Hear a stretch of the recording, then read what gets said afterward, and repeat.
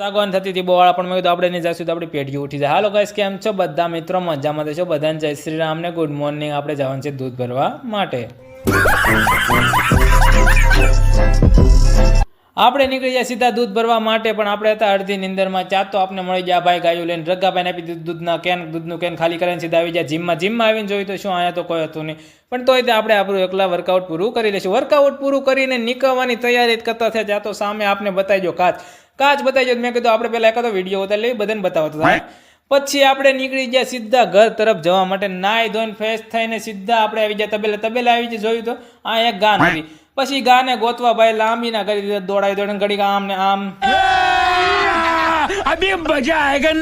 પછી આપણે નીકળી ગયા ગામ તરફ જવા, પણ મેં કીધું રૂમાલ બાંધી લો પેલા, એ તડકો છે બહુ સારો. પછી આપણે આવી ગયા હોટલ આવીને જોયું તો આ ભાઈ માથે હાથ દઈને મેં એવા તો શું તે કાળા કામ કર્યા.